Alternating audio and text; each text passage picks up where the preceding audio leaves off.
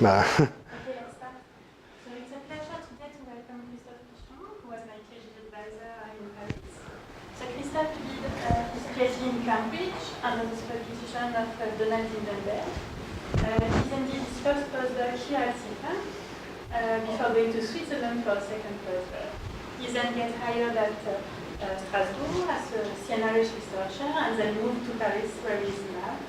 And today he's going to tell us about secular evolution of gravitating systems. So, hello everyone. Thank you for having me. It's a pleasure to be back at CITA. As Sandrine pointed out, I was trained in Cambridge as a dynamicist, and got to CITA through Scott Tremaine, who was here back then. But then I got perverted into doing cosmology by Dimitri and Dick and Francis Bernardo, for those of you who know this name. So nowadays I mostly do cosmology, but being here gives me an opportunity to present a cosmic spin to galactic dynamics. So this is some work that was carried out by my mentor Jean Everts from Strasbourg, and PhD students Dominique Aubert, also in Strasbourg, and Jean-Baptiste Fouvry, now at IAS, in collaboration with James Binney, Pierre-Henri, Simon Prunet, and John Magorian, who were also contemporary at CITA when I was doing my postdoc. So the aim of this work is to understand the long-term evolution of self-gravitating system as a mean to understand processes which are known as radial migration, disk thickening, and understanding also the dynamics of the cluster orbiting the black hole in the center of the galaxy.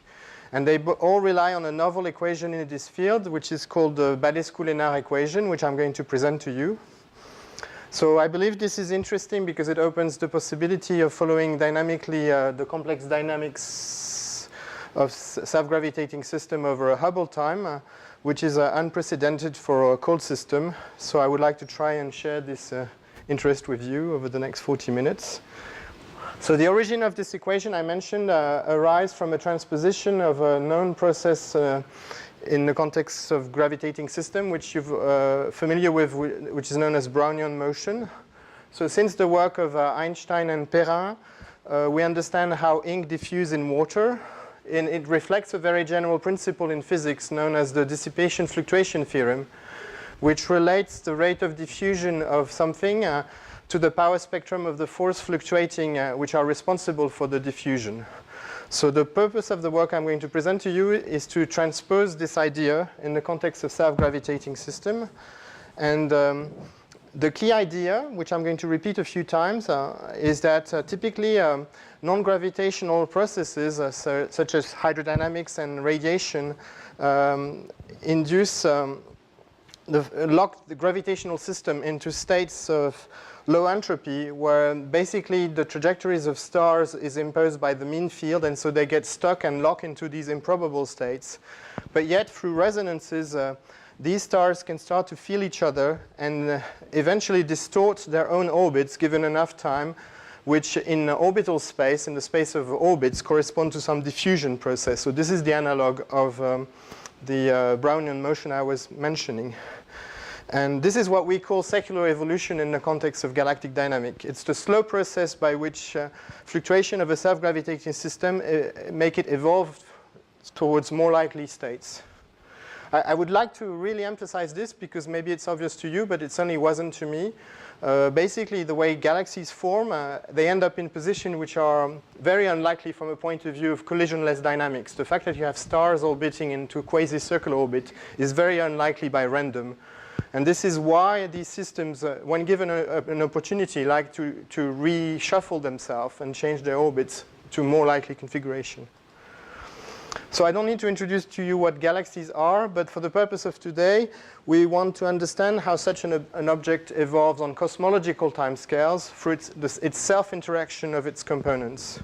So we're not talking about hierarchical clustering, where galaxies bang themselves together and change because of this process. We're interested in what happens to a semi-isolated galaxy and how is it going to spontaneously change its shape and property. So in the context of astrophysics, the phrase, catchphrase associated with such processes are disk thickening, radial migration, blurring and churning. And it's of interest because we have now a satellite up which is going to measure 1 billion stars. And so people are interested in doing what they call galactic archaeology or near-field cosmology, which is to try and reverse back the trajectories of these stars to understand how the galaxies was in the past. And so in this context, secular evolution is the key. So again, for a galaxy like NGC 891, it's through its formation process and through shocks and radiation of its gaseous component that it was set up into this state of quasi-circular orbits. And so given time, it will readjust its trajectories to explore more likely configuration. So the purpose of my talk is to address this kind of question. Can these encounters explain disk thickening or radial migration from first principles? So I'm going to consider a very idealized situation where I have a dark halo and a disk and a thin disk and a thick disk and possibly a bulge. And in fact, during this talk, I'll actually just restrict myself to the thin disk. And while this description is very crude, the motion of stars in such a system is actually quite intricate. And so the question I want to address is can we simplify the motion of these stars in order to understand how they self-interact in order to change their shapes over a Hubble time. If given time, I will also say something about the galactic center where you have a similar situation. So this is S stars orbiting the galactic center. And the question is, in this regime, we're dominated by the central black hole, and all the orbits are quasi-Keplerian.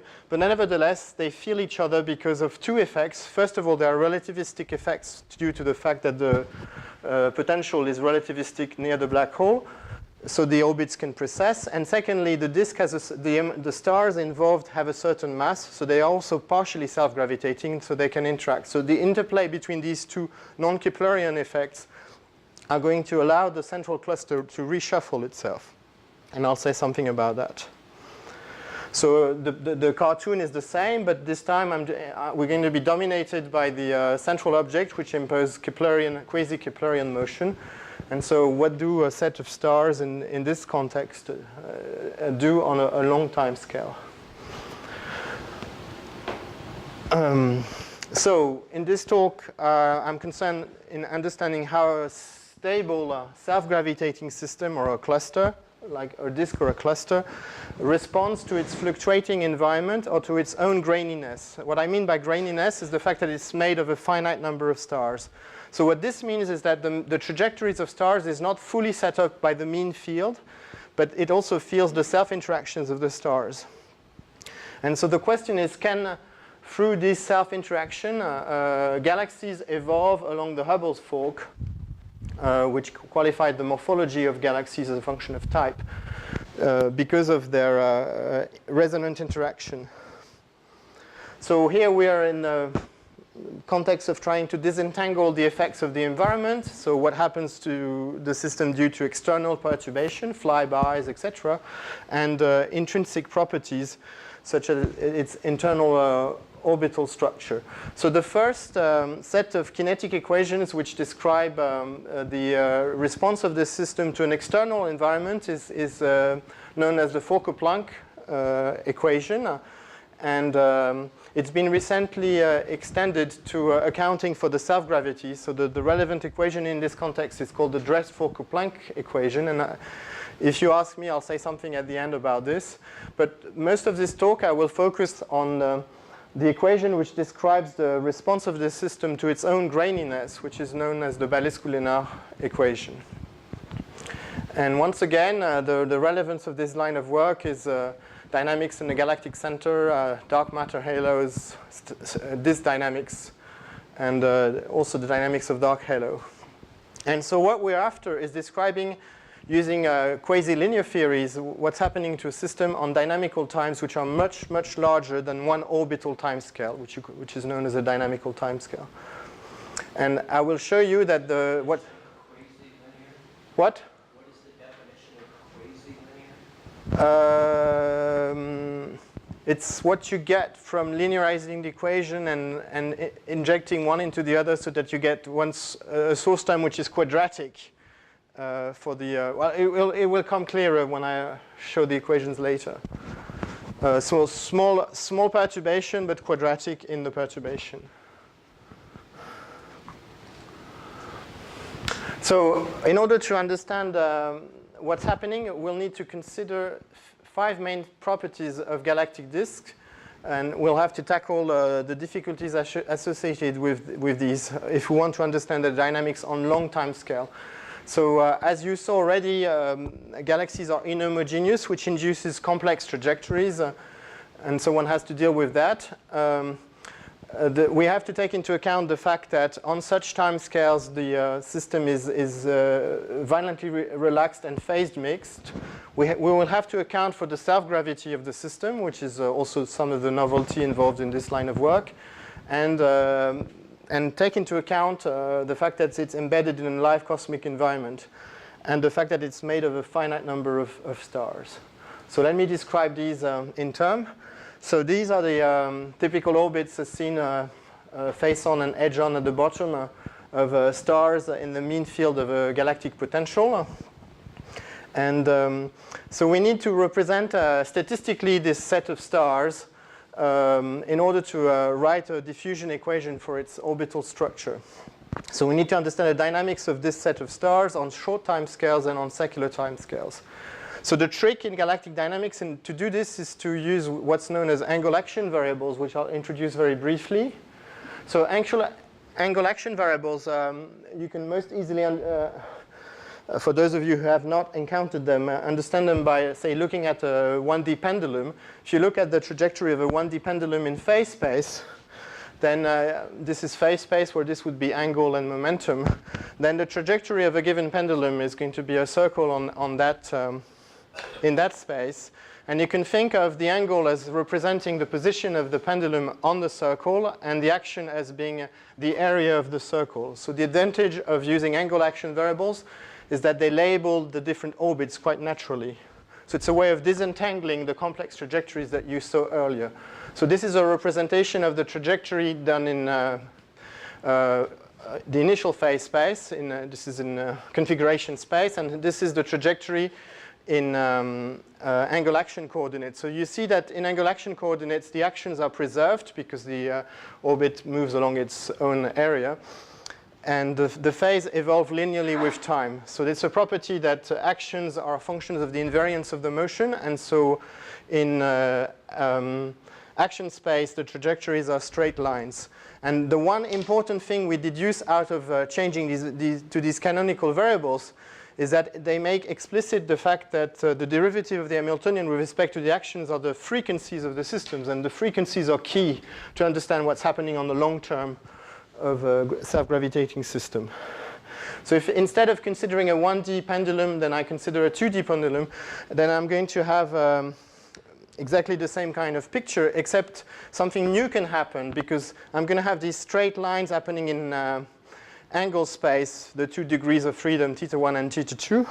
But depending on whether there are commensurabilities between the frequencies, I can have 2 things which happen. Either I'm going to fill configuration space as a function of time, or there is a resonance, meaning that there's a rational ratio in the frequencies so that the trajectories are locked, so that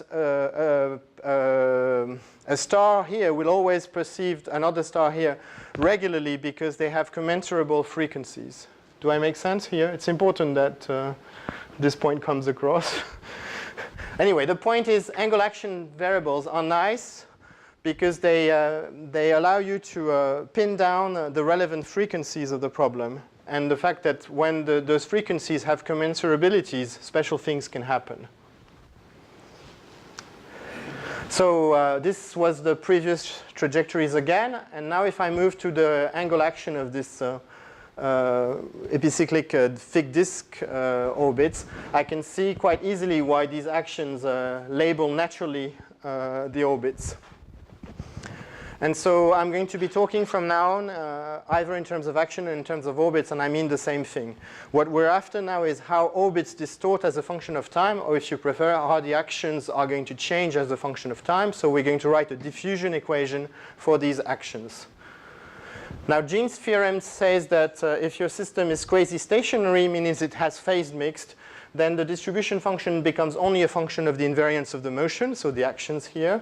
And because there are canonical coordinates, then if you want to change coordinates from ordinary space to angle action, then the Jacobian is equal to 1.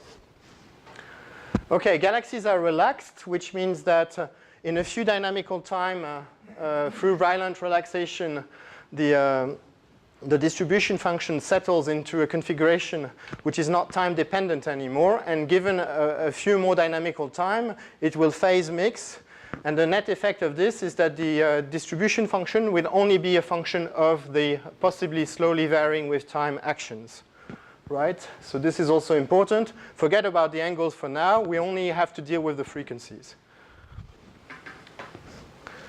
And that's for you, John. Galaxies are self-gravitating, which means that if you have a leading spiral, which is computed here by Tumri in the 80s, as it unwinds as a function of time, when it's almost totally unwind, self-gravity becomes really important, and the amplitude of that spiral wave is strongly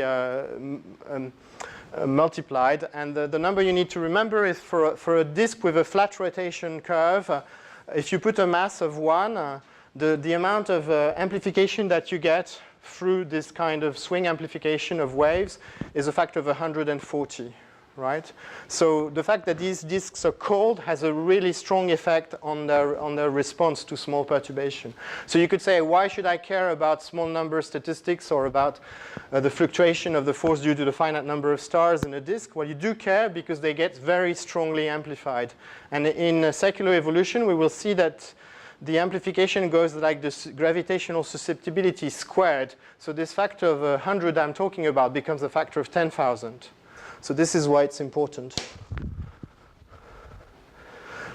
So the way we take care of this formally is we have an external perturbation which induces dynamically a response of the system so that the perturbed distribution is proportional to the external perturbation through the linearized Boltzmann's equation.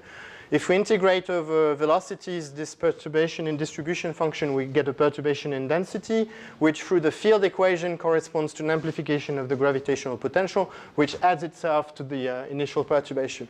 So you've got this positive loop back, which means that, which accounts for the fact that self-gravity boosts up the response of perturbation, whether intrinsic or external. The way to deal formally with this was invented by Carl Nice in the 70s. And it's to represent potential perturbations onto a set of basis function which satisfies automatically Poisson's equation. So you don't have to deal with Poisson's equation anymore because you've already projected onto a basis which satisfies it automatically, right? So it sounds completely obvious, but it's of great help. Basically, you forget about Poisson's equation, it's disappeared. It's been injected into the basis that you're using. So this is the game. You've got your external perturbation that you expand over that known basis, and you compute the response correspondingly. As I just explained to you, the response itself depends on the external perturbation and the amplification. So you have what you can pompously call a non-Markovian amplification mechanism. And so what this means is that the total potential perturbation, the sum of these two, is actually proportional to the external perturbation times some susceptibility, which involves, which is a matrix because the gravity is non-local. So it's not like in a plasma where the susceptibility is a local thing in Fourier space. And it involves this so-called matrix response, which itself has two distinctive features. It has a resonant denominator, which means it tends to blow up when the resonances are satisfied, which is what we expect. If the stars are resonant, they will see each other again and again and again, so they're more likely to respond strongly, gravitationally.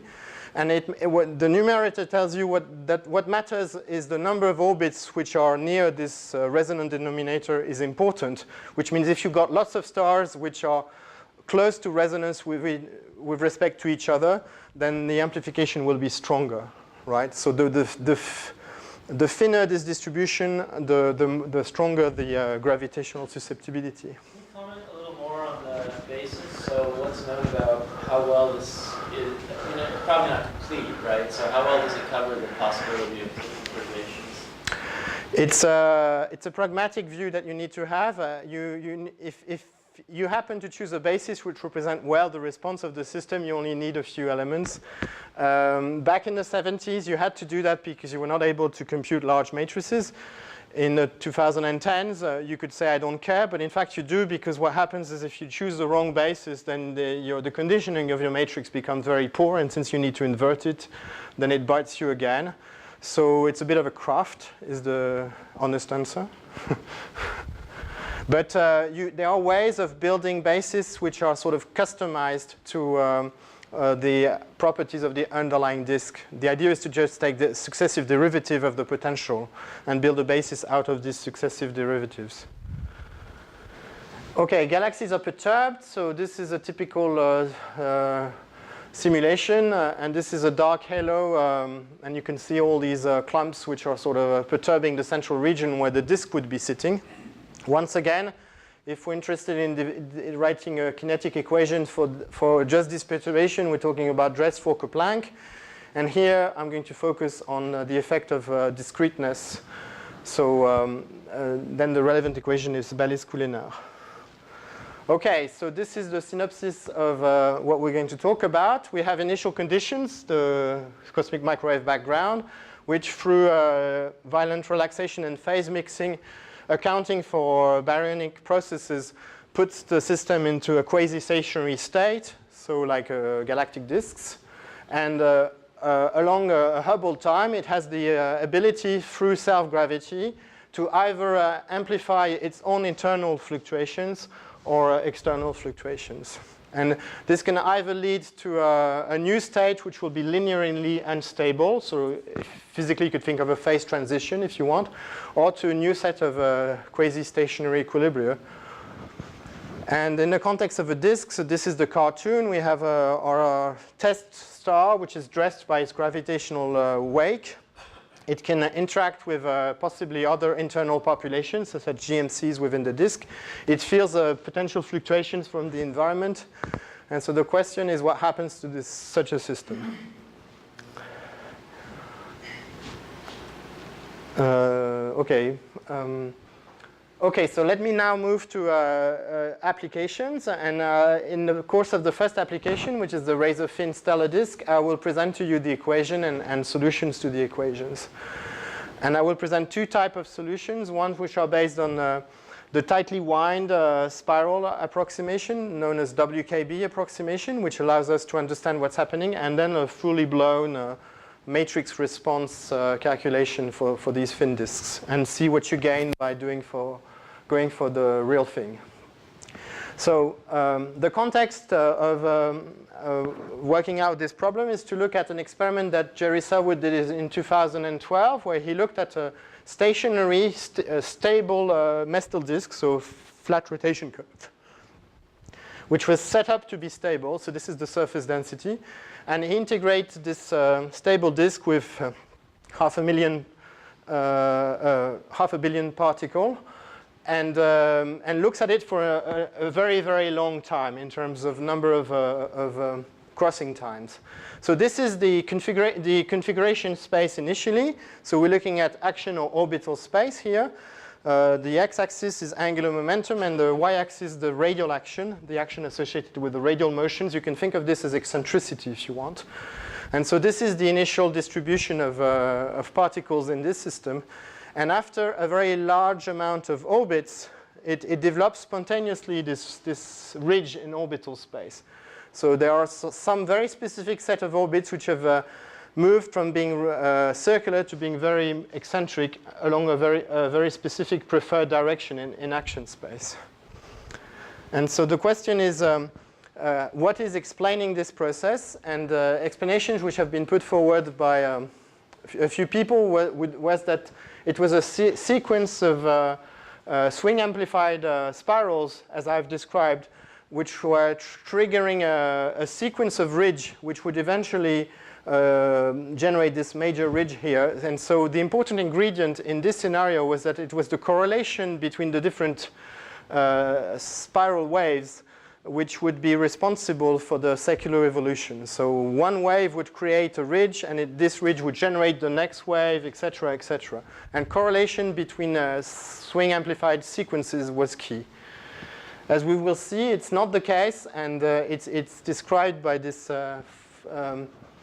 secular formalism that I'm going to present to you. So this is the evolution of the disk as a function of cosmic time. So there's a few Hubble time here. You see not much is happening in configuration space. These are snapshots of the disks as seen from above. But if we now look at orbital space, you see that these ridges are appearing as a function of cosmic time. And so this is a sequence. This is like every sequence is like a Hubble time. So many Hubble times are being integrated here. I don't know how to slow down the movie, in other words. Anyway, if we look at now analyze the amplitude of the waves within the disk as a function of time, say for a given number of particles, we see that there's a first sequence corresponding to the amplification of the shot noise in the initial state. And then there's a sequence of slow evolution, which goes like slow growth, which goes with time, and then a more rapid sequence. And you can see that the occurrence of this more rapid unstable sequence happens at later time as you increase the number of particles. So that's an indication that the relevant process here is discreteness effects to do with the number of particles. Okay, so I've mentioned this equation quite a few times. It's meant to describe a finite N effect for inhomogeneous, stable, self-gravitating, isolated, and discrete systems. For those who know its counterpart in plasma physics, if you don't account for self-gravity in a plasma, it's the equivalent of Landau's equation. But it's Landau's equation transposed to self-gravity, so a non-uniform medium with self-gravity. And there's been quite a few publications recently on this equation. I mentioned the relevance of resonance. Maybe I should have shown this earlier. Here we're looking at something which moves also too quickly. Okay, never mind. The point is that if you are in a non-inertial frame, the orbits look complicated. But if you move to a co-rotating frame, there's a moment in the movie where these two orbits have a very definite orientation relative to each other. And when you are in that frame, they can interact gravitationally and push each other around. Maybe I should really try to. Okay.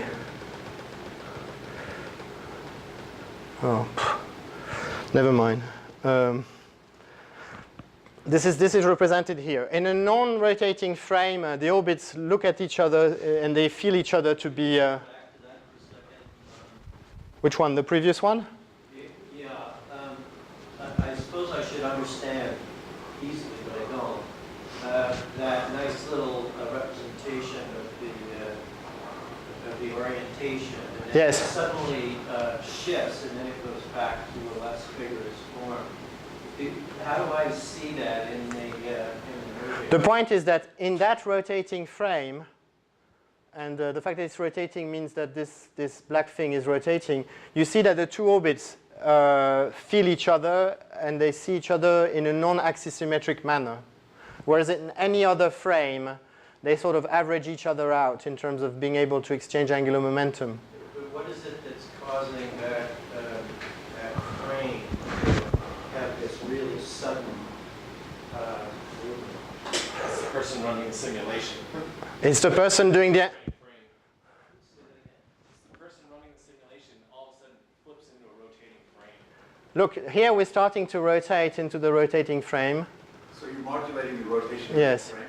Yes, and so because now we're rotating, you see the orbits are starting to go backwards instead of just being rotating. And what was that speed up thing? That's just whoever made the movie. I'm sorry, it's because I don't know how to slow down. He's trying to show you both in the non-rotating frame and in the rotating frame. You Yes. put two of them next to each other. Which is what's in the next slide.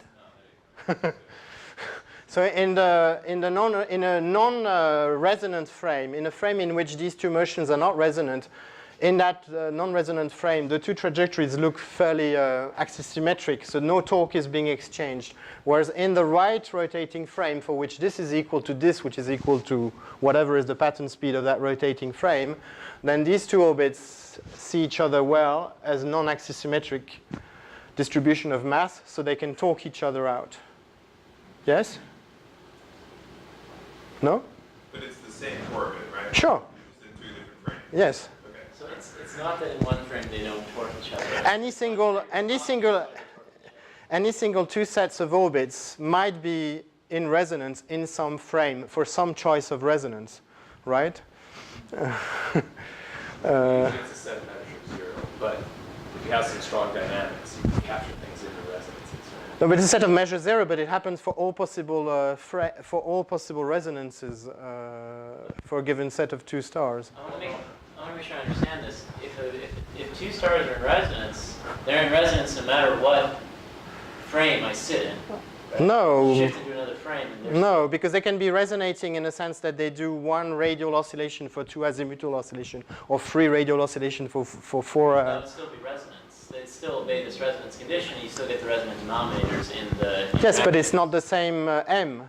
It's not the same quantum numbers associated with the resonance. They can be in inner Lindblad resonance, co-rotation resonance. They can be both in inner Lindblad resonance. They can be in outer Lindblad, whatever. All possible.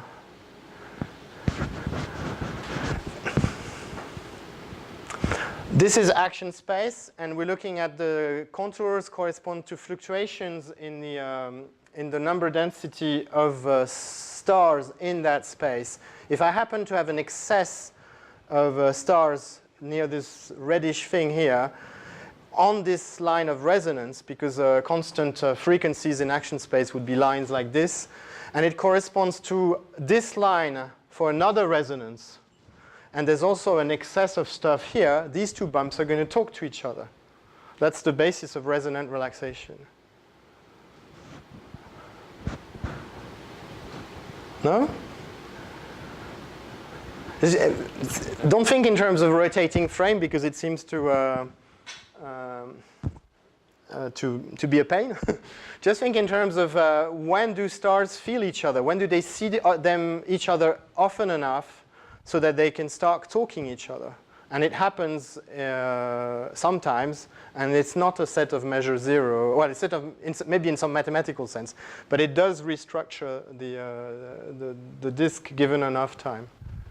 And it's the only thing it can do because everything else is locked, right? That's the thing to understand. What they're saying is that most stars are not going to be in any kind of resonance. No, most stars are in resonance. I can choose, given a set of two frequencies, I can make multiply it by m. Give me a star, it gives me an omega. I multiply it by m. Resonance have a finite width. No, that's the thing. We're not talking about having a bar and asking yourself which stars are resonating with the bar. You're giving yourself a star. It has a given omega, and then I take a dot product with m. These are two vectors. That defines me a little omega. And then the question is, can I find another star which has m prime, omega prime, which is equal to this omega? And in general, most dynamical systems, that's a set of measure zero.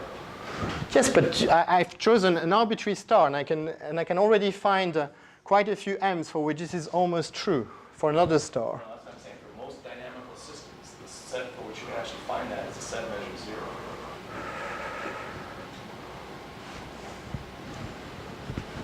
Right? In other words, if you're starting out, Well, a dynamical system meaning, because here I have as many omegas as I want because I have a full continuum of omegas.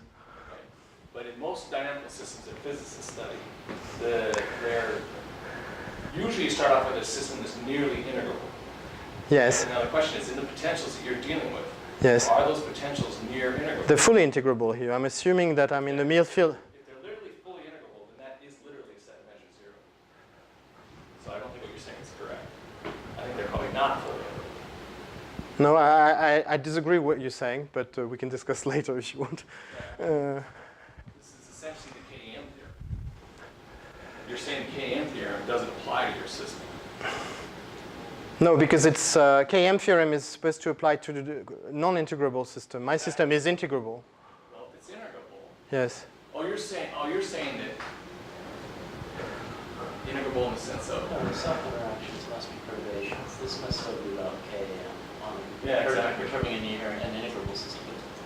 But I don't think that's the point. I think the point is the stars that are near resonance are allowed to have slow circular interactions. That's saying all stars are near resonance. Okay, That's what I'm not understanding. The picture of resonant relaxation that is most usually presented is we just average the mass of each star over the orbit. And then the hoops. That's what's done by saying I'm considering. And the Yeah. hoops just torque each other. Yes. And it's the secular interaction. But I have to admit, in that perspective, why it's called resonant relaxation, I never fully understand. So, Because it's relaxation through resonances rather than through collision in the sense of two stars meeting each other. Here they don't have to meet. They can be in an arbitrary different position in action space or position space. why don't we go on? The point of that is it normal resonant relaxation to a Keplerian potential such that all frequencies are the same.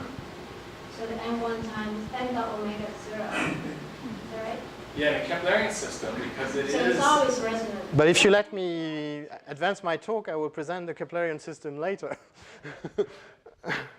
Okay, so this is the equation that you end up writing. So it gives you the rate of change of the distribution function of orbits as a function of cosmic time. It's proportional to 1 over n, so it's really a discrete equation. If n goes to infinity, this is identically null. It involves a divergence of a flux, so it conserves the number of orbits, it just distorts them. It involves a sum over all resonances. So it involves these quantum numbers describing the resonance, so 2, -1 for Inel and Blad, etc.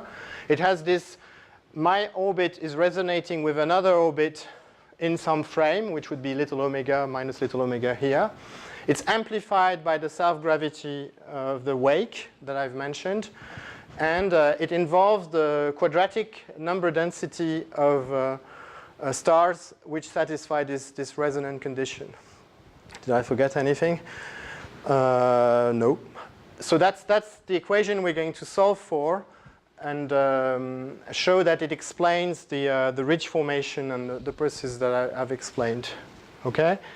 So one of the consequences of this equation is because it has this formal structure, it's a divergence of a flux, which involves a sum over the quantum resonant numbers.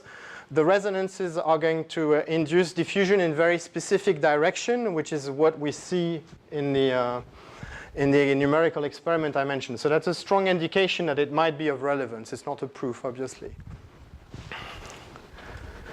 So it's been derived in a few different manners, starting with Jean Everts, as I mentioned, in 2010. We were involved in those with a red star, so you can use different techniques to rederive this equation. And basically, all these techniques rely on the same underlying physical picture, which is that you deal with the self-gravity by using the matrix method. And you need to rely on what's known as the Bogoliubov ansatz, which is that you decouple the time scale over which the distribution secularly evolve to the dynamical time scale of the linear response and to the two-point function. You assume that the relaxation of the two-point function happens on much shorter time scale than the one-point function. So What do I show you now if I only have 5 minutes left? So this is where it comes from. You write Liouville's equation, which is conservation of mass density in 6-dimensional phase space, and you take moments of it. This is the usual way of constructing a BBJKY hierarchy. And so generically, you get the n-point function in terms of the n+1 point function. And you need to truncate that hierarchy. So this is known territory in dynamics or plasma physics. You expand the 2-point function into a correction to the product of 1-point function. And if you get the first equation and you truncate that first order, you get Vlasov's equation. Some of you must be familiar with this. And if you then do the same thing at the next order and you truncate on the 3-point function, so you say it's unlikely that 3 stars are going to be resonating in the same frame, and this is of measure 0, I would argue. But not the next step. Then you get an equation which is like this, and which has a very nice property of because of its symmetry, because we truncated just the 3-point. It formally reads like this, where you have the time operator here, plus some Vlasov operator operating on the 2-point function, particle 1 and particle 2, times some source term, which is here, and it involves the products of the 2-point function. And because this is the Vlasov operation, because of the symmetry of the problem, and modulo this assumption on timescale decoupling, you can show that the green function for the 2-point function is just going to be the product of green function for the 1-point function. You plug that into the equation and you're done. And this is how you get this function, this equation, which relates the rate of change of the distribution function to the product of the distribution functions, right? So it has the expected symmetry. It's a difficult equation for many reasons. First of all, it's quadratic. This is what I mean by quasi-linear, Dick. Secondly, it's a double integral over phase space. Here we have a sum over action space and a sum over quantum numbers associated to the angles.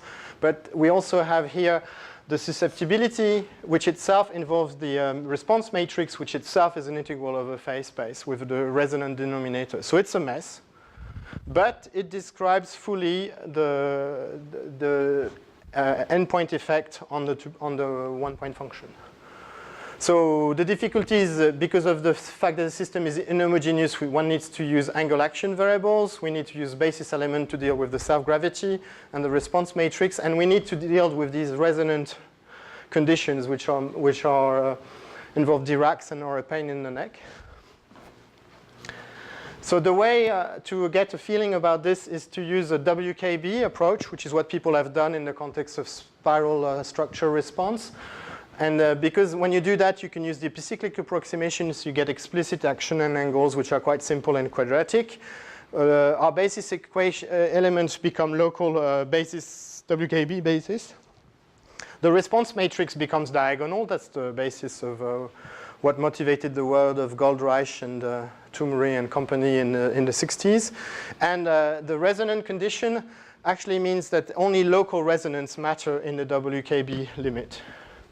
So this is the shape of the WKB basis. It's basically a wavelet function. So it's built so that it will both be localized in terms of where it is in space, but also high frequency so that gravity becomes a local force, right? So it vanishes after a certain distance. This is classical in some sense. Then the diagonal response becomes linear, as I said. It involves the so-called reduction factor, which has been known since the 60s. This is the shape of the eigenvalues as a function of the eigennumbers, the quantum numbers. The resonance are local, and this is what we wanted. The susceptibility just becomes a simple quadrature. So we started with a 6-dimensional phase space integral, and we have a simple quadrature over eigenvectors. So that's the gain. And what it predicts is that, and this is the implementation of this equation in the context of this action diagram that I've presented. The dark contours are the simulation, and that's the prediction of the Ballais-Coulenard equation. It predicts an excess of orbits in this direction and a depletion as observed near the circular orbits. But if you look at the time scale, you can compute a time scale from the operator here by de-dimensionalizing time. And you find that the time at which this amplification and distortion occurs is wrong by a factor of about 1,000 compared to what's measured in the simulation.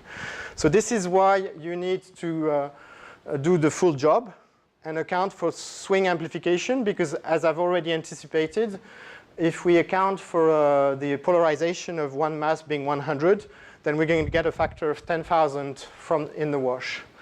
And so I won't give you the details, but you can do this nasty business of computing exactly this Balescu-Lénard operator for an integrable system like a disk.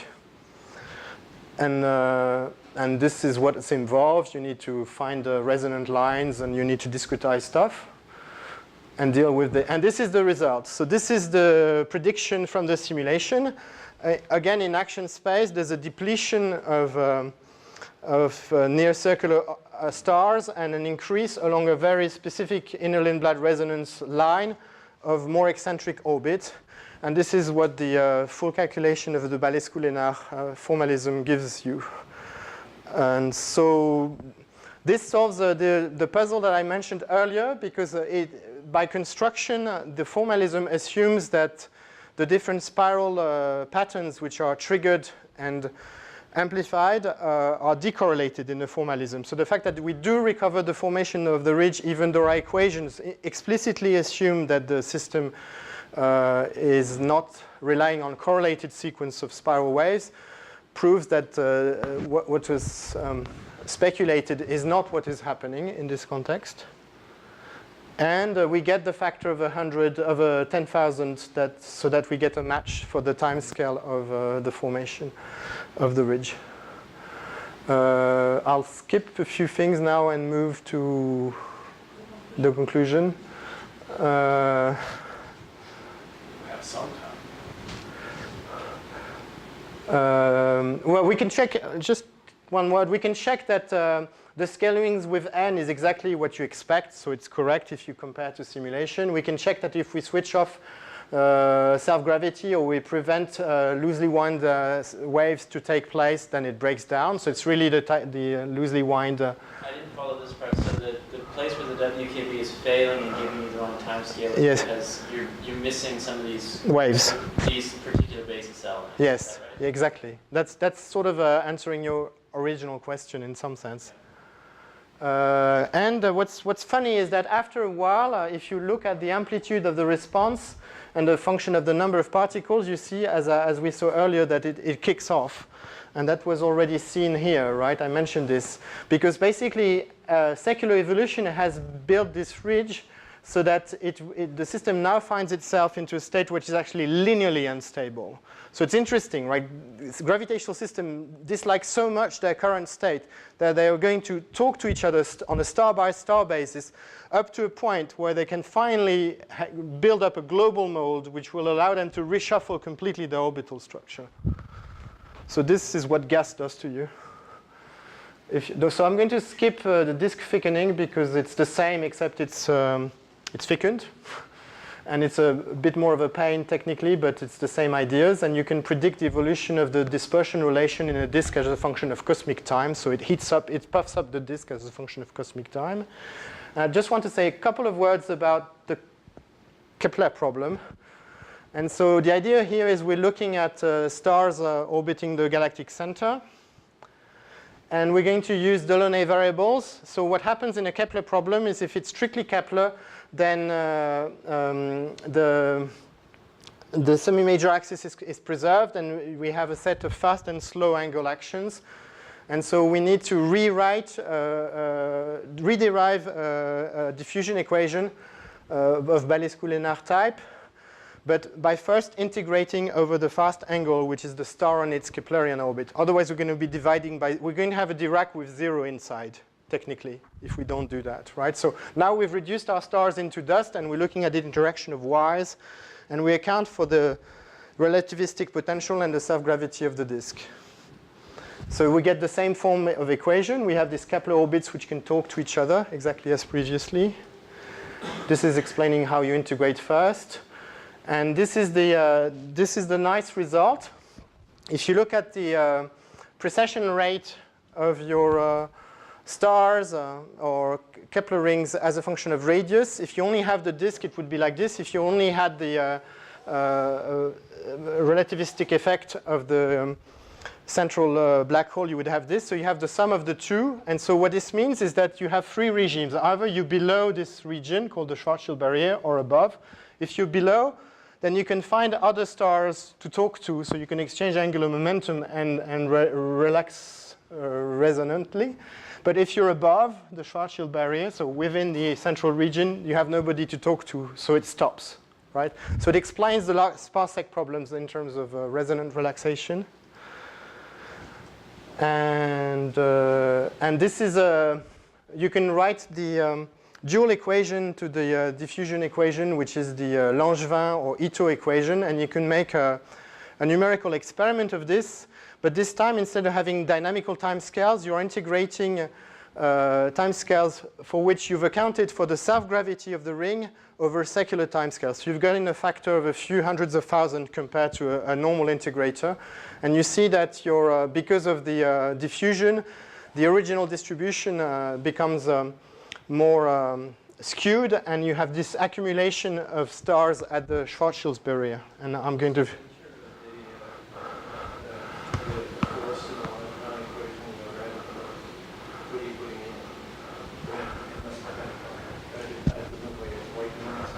I don't understand. I didn't hear, sorry. Yes. Yes. Well, basically, the Balice-Couliénard equation you can write like this. It has a diffusion term and a friction term, right? Which involves integral over the function. Translating what is in effect the Fokker equation. It's addressed Fokker-Planck. Yes. So there's no freedom in the shape of the sourcing power. That's the beauty of this formalism. There's no degree of freedom here. It's completely given by the set of the initial state. And last slide. This is what happens if you consider a set of such Y's, but you give yourself a spectrum of mass. So you've got low mass and high mass. There's a factor of 20 between the blue and the red orbits. And because of discrete secular evolution, you're going to get this anti-mass segregation, so that the lighter orbits become more eccentric and get closer to the black hole, which is a bit of what the opposite of what you would expect if you were looking at two-body relaxation rather than resonant relaxation. And that's directly a consequence on the fact that you are conserving some major axis and you are decreasing angular momentum, so it has to increase eccentricity, right? Okay, so this was my talk. I've explained to you how using secular evolution you can say something about the gravitational state of a disk or a cluster on cosmic time. And if you weight this out using dressed Fokker-Planck, you can compare the relative strength of intrinsic versus external source of fluctuation. And it's complementary to n-body and Monte Carlo methods because it makes prediction about the evolution of the distribution function.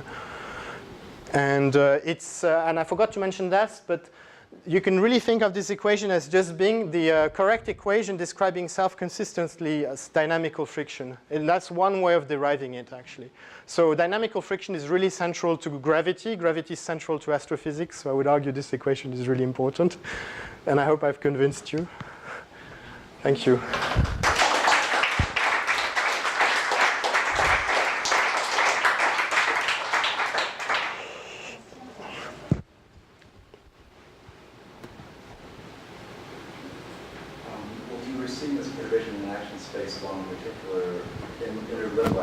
Yes.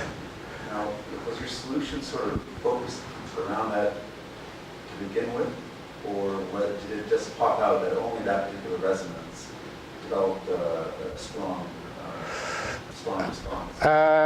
That's a question we keep asking ourselves. It's a good question. It's in some sense I could destroy my own talk, and I'm happy to do that. by showing you, where is it? This is the most busy region in the disk, right? This is where most of the stars are. And the inner Lindblad resonance is a low-order resonance, and so it's fairly isolated in terms of where it happens in frequency. So without doing any calculation, you could sort of guess that if something's going to happen, it's going to happen here along that line, right? And Now, in particular, this solution that Sullivan is working with, yes. what's the range of frequencies that the stars have? I mean, is it fairly narrow range? Well, it depends on the resonance, right? If you look at the You said this is the busiest part of that. yes, it's the busiest, but I'm talking about the fact that the initial contours.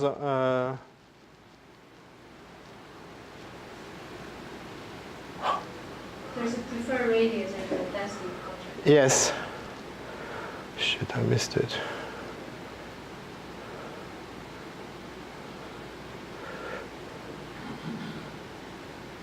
Here, this is busy in terms of number of orbits. In other words, this is busy in terms of radii, if you prefer. But the thing is, what's relevant is this space, not that space, is how many orbits are possibly resonating. So that's already an interesting thing you get out of this exercise. Is you need to look at the population in terms of which frequency they have.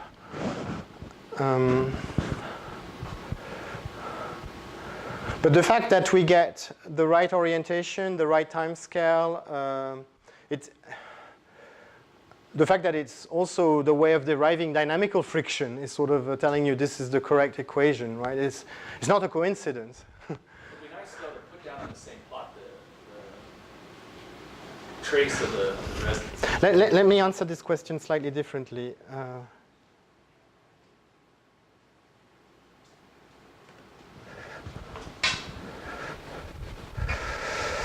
Too many slides.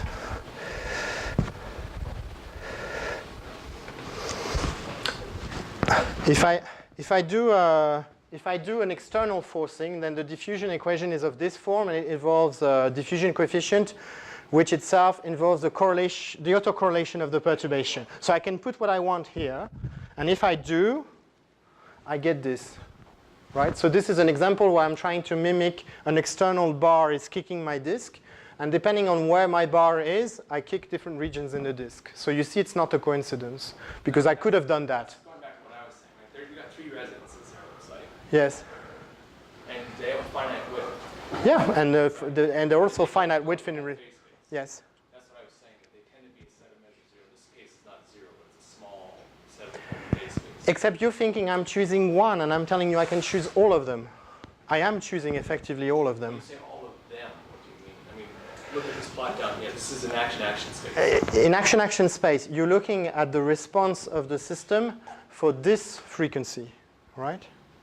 When you're- But when I'm asking, That's the forcing frequency. yes, but what I'm saying is when you're looking at a star-to-star talking to each other, there's no such thing as one only unique forcing frequency. You pick one frequency, you look which star are resonating with it, and which other stars are resonating with it, and then you pick another frequency and you go on. Yeah. You don't have to restrict yourself. Resonances have a finite width, that's what I'm saying. Yes. And you're But it's a continuum, so there's a continuum stars on this kind of. Yes, exactly. So there's kind of fuzzy overlapping. a continuum of what? Continuum stars. You have 100 billion stars, but then you said No, but each one has a if you're in a frequency. Hamiltonian system, you can pick things wherever you want. But Pick- resonances have a finite. Pick one star. Okay, I pick my omega. It's not here. I pick my m here. No, I pick my omega. I pick my m. That gives me m omega, which I call little omega. It gives me a line here.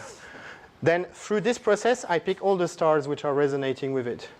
And now I pick another omega, another m, and I pick another set, etc., etc. And I have all possible sets. But I mean, you're matching integers to integers.